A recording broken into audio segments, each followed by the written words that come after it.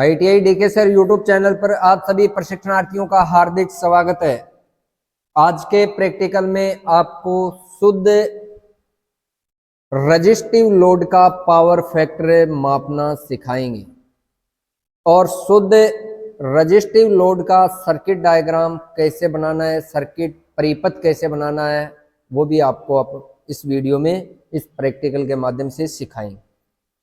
तो लोड होते हैं तीन प्रकार के, रजिस्टिव, कैपेसिटिव और इंडक्टिव। रजिस्टिव लोड होता है उसमें पावर फैक्टर होता है यूनिटी, और जो कैपेसिटिव लोड होता है जिसके अंदर लोड के अंदर कैपेसिटर लगाया जाता है उसका पावर फैक्टर होता है अग्रगामी, जिसको बोलते हैं लीडिंग पावर फैक्टर। एक होता है इंडक्टिव लोड जिसके अंदर कॉइल वाइंडिंग लोड संयोजित होता है। इस प्रकार के लोड को इंडक्टिव लोड बोलते हैं, और इंडक्टिव लोड का पावर फैक्टर होता है पश्चगामी, लैगिंग पावर फैक्टर होता है। तो अपन बारी बारी से पहले करेंगे अपन शुद्ध इंडक्टिव, शुद्ध कैपेसिटिव और शुद्ध रजिस्टिव लोड का प्रैक्टिकल। इसके लिए प्रैक्टिकल में आपको चाहिए एक तो cos phi meter, power factor meter. दूसरा, तीन प्रकार का आपके पास लोड होना चाहिए, RLC, रजिस्टिव, इंडक्टिव और कैपेसिटिव। तीन प्रकार के अपने पास लोड हैं, और लोड के अनुसार पहले अपन प्रैक्टिकल करेंगे शुद्ध रजिस्टिव लोड का पावर फैक्टर, सर्किट डायग्राम बनाएंगे और उसका मापन करेंगे। रजिस्टिव लोड के लिए रजिस्टिव लोड चाहिए, पावर फैक्टर मीटर चाहिए, एक चाहिए आपको एमीटर, एक चाहिए वोल्ट मीटर। एमीटर करंट दर्शाएगा और वोल्ट मीटर क्या दर्शाएगा, वोल्टेज का मान दर्शाएगा। वोल्ट मीटर एमीटर की जगह अपन लगा रहे हैं मल्टीमीटर, ताकि अपना मान सही रीडिंग नोट कर सके।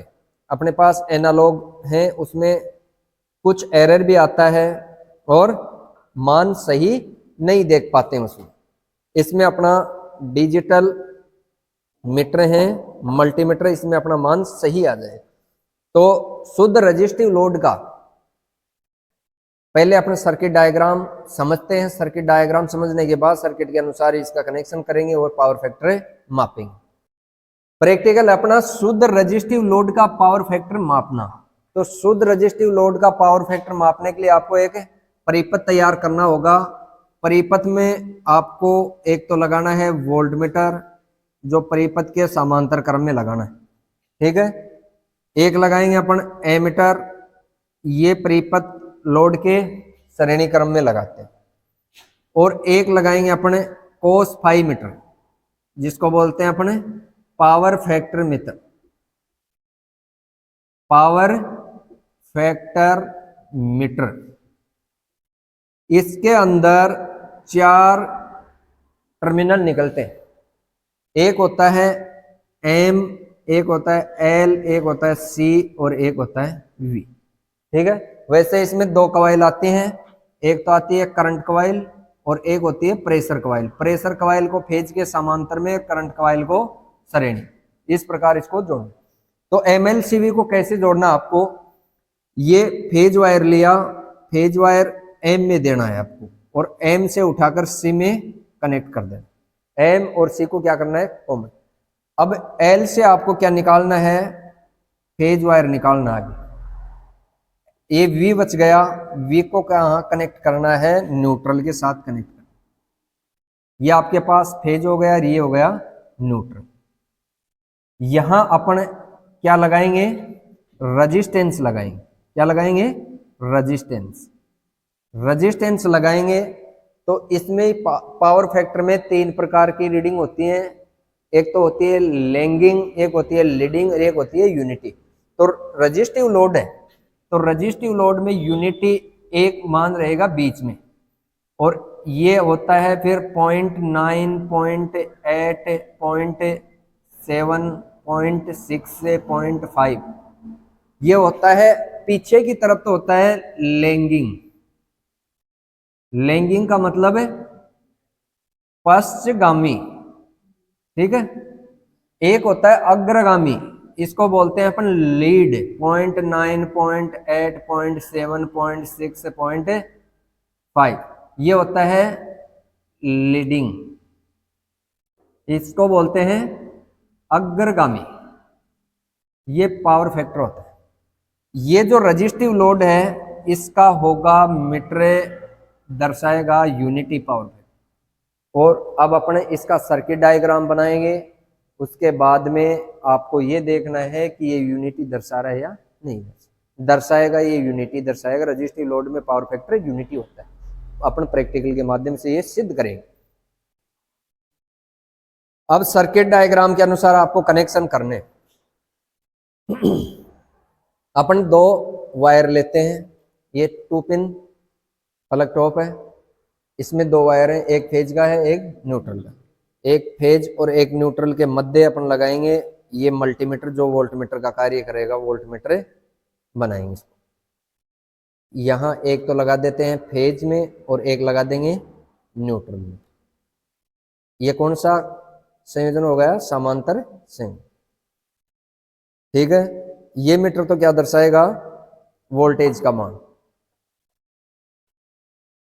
अब आपको लेना है एमीटर, एमीटर में ये मल्टीमीटर लगाएंगे, इसमें भी दो वायर निकले हुए हैं, इसको जोड़ना आपको श्रेणी क्रम में, फेज के व या लोड के श्रेणी क्रम में जोड़ना है।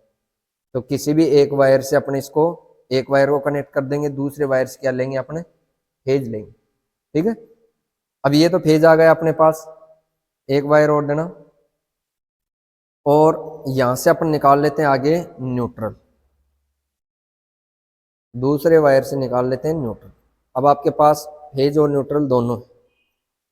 अब जोड़ना आपको cos phi meter. Cos phi meter में क्या है? 4 टर्मिनल निकलते हैं, एम, एल, सी और वी। अब एम और सी को तो कर दिया हमने कॉमन, कॉमन कर दिया, और एम में क्या देंगे? फेज सप्लाई, और एल से आगे निकाल लेंगे अपन, और ये जो वायर बचा है वी वाला, इसको अपन न्यूट्रल में जोड़ते हैं। ठीक है, एम में तो एम और सी को तो कर देते हैं कॉमन, उसमें तो कौन सा वायर देंगे अपन? Phase wire. लग गया। और वी को कर देते हैं अपने न्यूट्रल से कनेक्ट, यह है वी, वी को कर दिया हमने न्यूट्रल से कनेक्ट।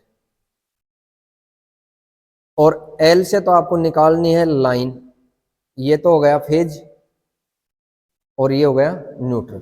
अपने पास आ गए, यह है रजिस्टिव लोड, रजिस्टेंस लगा रहे हैं अपन। तो रजिस्टेंस लगा रहे हैं,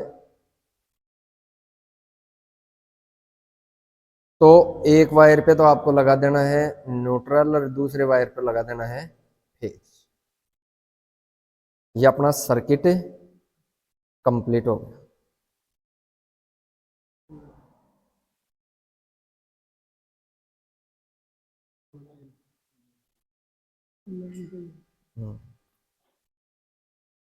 ये लाइन का हो गया,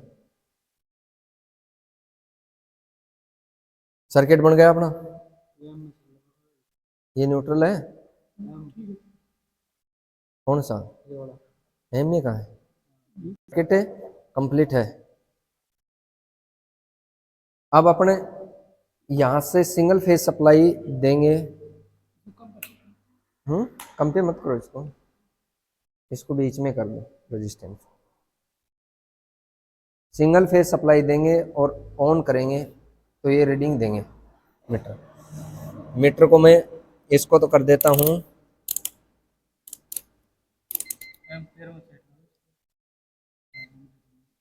एम्पियर पे सेट हो गया, और ये वोल्टेज पे सेट है। ठीक है, तीनों मीटर क्या देंगे? रीडिंग देंगे। अब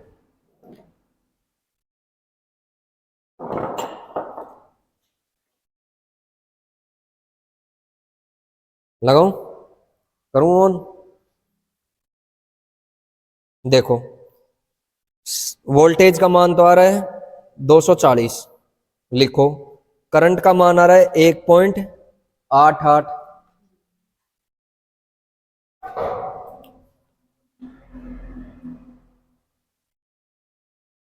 यहाँ से हटाओ ये नीचे। और पावर फैक्टर कितना आ रहा है इसमें? यूनिटी, एक पे आ रहा है ना सीधा। तो शुद्ध रजिस्टिव लोड का पावर फैक्टर क्या है? यूनिटी। ये यूनिटी दिखा रहा है, ठीक है।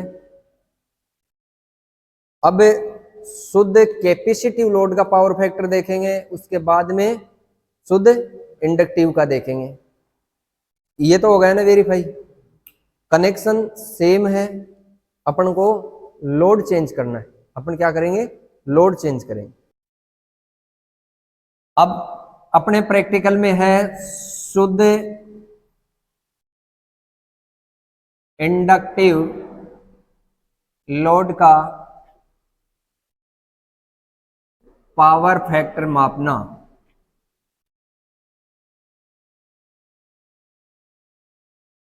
शुद्ध इंडक्टिव लोड का पावर फैक्टर मापने के लिए आपको एक परिपथ तैयार करना है, शुद्ध इंडक्टिव परिपथ।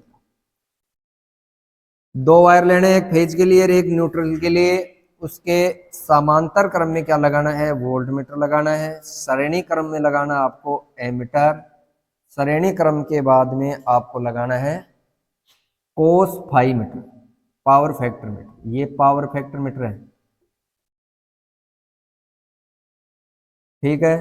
इसमें 4 टर्मिनल हैं, एम, एल, सी और वी। ये फेज वायर उठाया और एम में दे दिया, एम से सी को कनेक्ट कर देंगे। अब आपके पास एल बचता है और वी बचता है। एल से अपन फेज वायर निकाल लेंगे और वी से वायर निकाल कर न्यूट्रल से कनेक्ट कर देंगे। अब आपके पास एक तो आ गया फेज और एक आ गया न्यूट्रल। फेज और न्यूट्रल के बीच में आपको लगानी है coil, inductive load. Inductive load का पावर फैक्टर होता है लैगिंग। शुद्ध इंडक्टिव लोड का पावर फैक्टर होता है लैगिंग, पश्चगामी, ठीक है। ये करंट वोल्टेज से पिछड़ जाती है कितनी डिग्री? 90 डिग्री। जबकि रजिस्टिव लोड के अंदर करंट और वोल्टेज साथ साथ प्रवाहित होते हैं। एक होता है कैपेसिटिव लोड। कैपेसिटिव लोड के अंदर करंट वोल्टेज से 90 डिग्री क्या करती है? लीड करती है, आगे करती जाती, ठीक है। तो अपन बात करेंगे इंडक्टिव लोड की। इस प्रकार आपको परिपथ तैयार करना है, इंडक्टिव लोड का पावर फैक्टर मापना है। अब इस प्रैक्टिकल में आपको इंडक्टिव लोड का पावर फैक्टर मापना सिखाएंगे। इंडक्टिव लोड का पावर फैक्टर मापने के लिए आपके पास एक तो होना चाहिए वोल्टमीटर और एक होना चाहिए एमीटर, एक होना चाहिए पावर फैक्टर मीटर। और लोड के रूप में आपके पास एक कॉइल होनी चाहिए। कॉइल के रूप में अपन ले रहे हैं ट्यूबलाइट चौक, ठीक है। अब इस वोल्टमीटर को अपन, ये सप्लाई के 2 वायर हैं, सप्लाई के दोनों वायरों के समांतर क्रम में क्या लगा दिया? इसको पकड़ो, ये वोल्टमीटर है, दोनों समांतर क्रम में, अलग अलग है ना। ये तो लगा दिया समांतर क्रम में। फिर अपने उठाएंगे फेज वायर। फेज वायर के श्रेणी क्रम में क्या लगा दिया? एक ही वायर के श्रेणी क्रम में लगाना है आपको एमीटर। उसके बाद में अपन फेज वायर उठाएंगे और कहाँ देंगे? कोस फाई मीटर के एम टर्मिनल में, ठीक है। एम टर्मिनल ये है, एम टर्मिनल से सी टर्मिनल को क्या कर देंगे? शॉर्ट कर देंगे। फिर आपके पास 2 टर्मिनल बचेंगे, एक तो एल और एक वी। तो एल से अपन फेज वायर निकाल लेंगे और वी को कहाँ जोड़ देंगे? न्यूट्रल में जोड़ देंगे। अब ये तो हो गया न्यूट्रल, ये हो गया फेज। अब फेज और न्यूट्रल के बीच में क्या लगा देंगे अपने? इंडक्टिव लोड, कॉइल लगा देंगे। अब इसको अपन परिपथ को सप्लाई से कनेक्ट करेंगे तो आपको ये जो कोस फाई मीटर है ये आपको इसका पावर फैक्टर दर्शा देगा, ठीक है। अब आपके पास तीनों मीटर हैं, कनेक्शन डायग्राम के अनुसार इनका कनेक्शन करना है। और कनेक्शन करने के बाद आपको सप्लाई से एक बार मीटर देख लेता हूं मैं। मीटर रेडी है, आपको लगाना है सप्लाई में। सप्लाई में लगाने के बाद सप्लाई ऑन करो। हाँ, मीटर में अब रीडिंग देखना क्या आ रही है?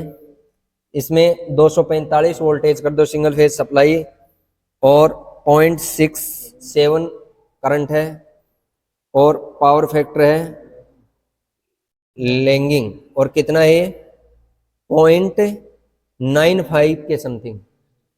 हाँ क्या होता है, हाँ थोड़ा बहुत रेजिस्टेंस होता है तभी तो 90 डिग्री से कम आ रहा है, बाकी शुद्ध इंडक्टिव लोड है तो उसमें क्या होता है 90 डिग्री। इसमें आ रहा है 0.95 के समथिंग और ये पावर फैक्टर कैसा है लैगिंग पश्चगामी।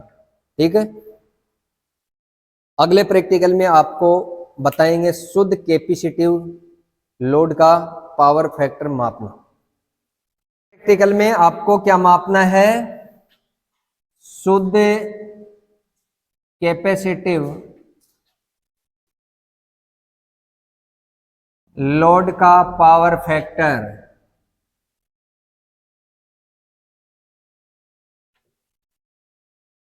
शुद्ध कैपेसिटिव लोड का पावर फैक्टर मापने के लिए आपको एक परिपथ तैयार करना पड़ेगा और परिपथ किस प्रकार तैयार करना, आपको दो वायर लेने हैं।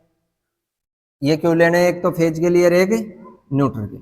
आपके पास एक तो होना चाहिए वोल्टमीटर जो परिपथ में समांतर क्रम में क्या करना है जोड़ना है, एक जोड़ना है एमीटर ये श्रेणी क्रम में जोड़ना है और एक जोड़ना आपको cos phi meter power factor meter, ये पावर फैक्टर मीटर है। ठीक है, इसमें 4 टर्मिनल हैं एम एल सी और वी। एम और सी को कॉमन कर देना है और फेज वायर से कनेक्ट कर देना है।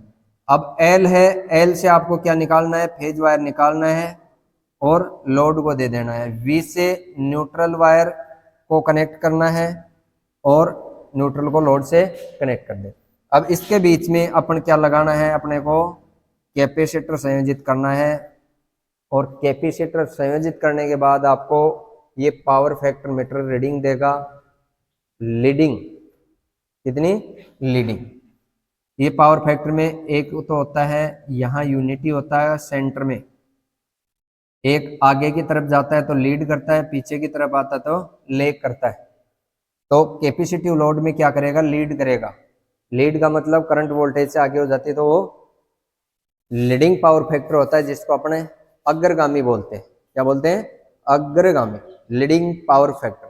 अब इस सर्किट के डायग्राम के अनुसार अपने प्रैक्टिकल में परिपथ तैयार करेंगे और आपको लीडिंग पावर फैक्टर मापना सिखाएंगे। तो परिपथ डायग्राम के अनुसार हमने परिपथ तैयार कर लिया। परिपथ किस प्रकार तैयार किया है, जैसे अपन इंडक्टिव और रजिस्टिव लोड में किया था। ये वोल्टमीटर की तरह अपन मल्टीमीटर लगाया है, इसका समांतर में संयोजन हो गया और इसका ये एमीटर है। मल्टीमीटर को अपन एमीटर की तरह काम में लेंगे।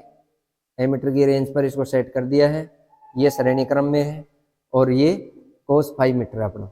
कोस फाई मीटर को अब फेज और न्यूट्रल अपने पास यहाँ निकले हुए हैं, इसको अपन कहाँ जोड़ेंगे, कैपेसिटिव लोड के साथ। ये कैपेसिटर है, केवल कैपेसिटर जोड़ना है तभी ये शुद्ध कैपेसिटिव परिपथ होगा। कैपेसिटर जोड़ने के बाद आपको क्या करना है, सप्लाई को कनेक्ट करना है। पहले आप मीटर को चेक करना, मीटर चालू कर देना आपको।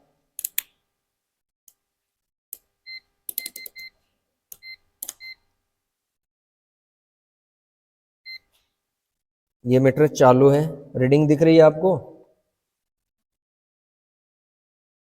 अब अपने सप्लाई से कनेक्ट करेंगे, सप्लाई को ऑन करेंगे।